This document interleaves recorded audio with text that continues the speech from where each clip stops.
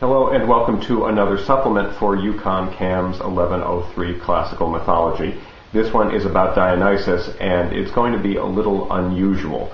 There are going to be two things in it. The first thing is a song that I think exemplifies the Dionysiac spirit, the kind of moment of ecstasy that I talk about in the written out notes. And we're going to listen to that song together. I'm going to explain while we listen to it exactly what I think is going on with the connection between the song and Dionysus. And then the second part is something I don't think you've ever seen anything like before. It's something I used to do in the traditional face-to-face lecture version of this course.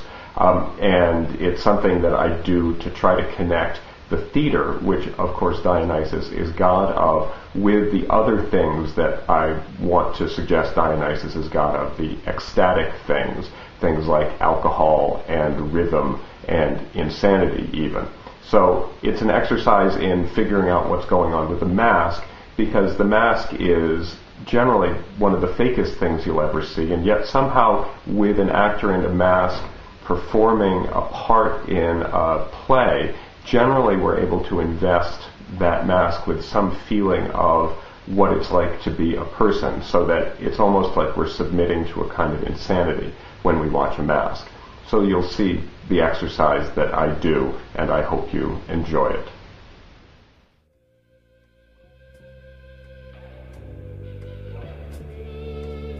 So here's the song. I have to say that I find the song absolutely amazing, both as a song in and of itself, and as a way into what I want to suggest Dionysus is all about. That is a kind of spirit of ecstasy that runs through all sorts of different parts of human experience, but above all, I think, runs through music. So I want you to listen to this song and think about the narrative it embodies, and then think about the way that narrative interacts with what's happening musically. Watching the clock, it's 4 o'clock, it's got to stop. Tell him, take no more. She practices her speech as he opens the door. She rolls over, pretends to sleep as he looks her over. She lies and says she's in love with him. Can't find a better man. So to put it very briefly, the woman in the song is trying to break out of a situation that she's in, a situation that she finds herself constrained by. She can't find a better man, but she doesn't know how to break out. And see whether that seems to you to have anything to do with what happens musically as the song continues.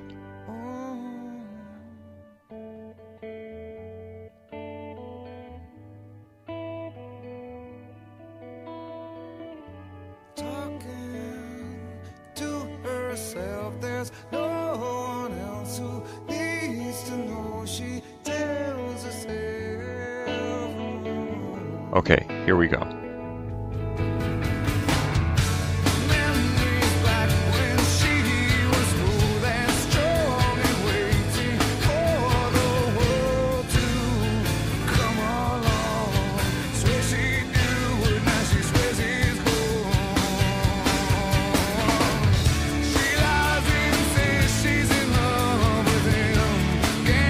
Okay, I want to suggest that what happens right there is what Dionysus is all about, the moment of breaking out of the constraints of the situation we find ourselves in into something ecstatic, something that kind of drives us onward despite what our actual lives are all about, the way that none of us can find a better man. Nevertheless, there are these moments that are embodied in rhythm and in insanity and in, well, frankly, alcohol.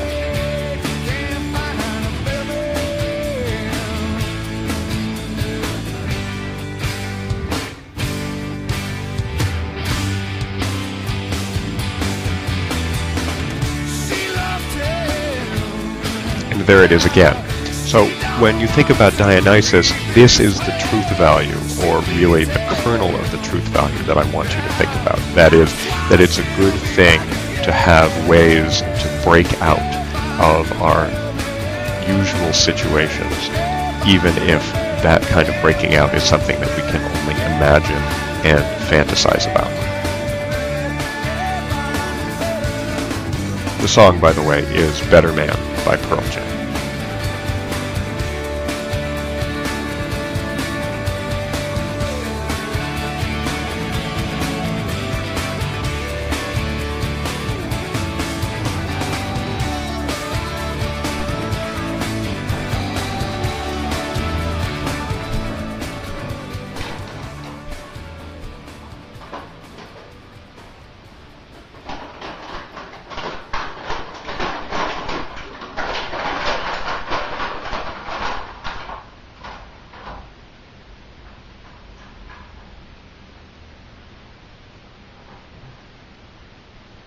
I have come, son of Zeus Dionysus, midwifed by fire in the ruins of my mother's body Semele. I return to Thebes, my own city, where Pentheus fights me and will not let me in. Cadmus, king of Thebes, of old I honor. He has set my mother's tomb apart, a place sacred. See, I send the ivy up the wall. See, the living fire shoots along the rafters. But as for Pentheus, him I will destroy.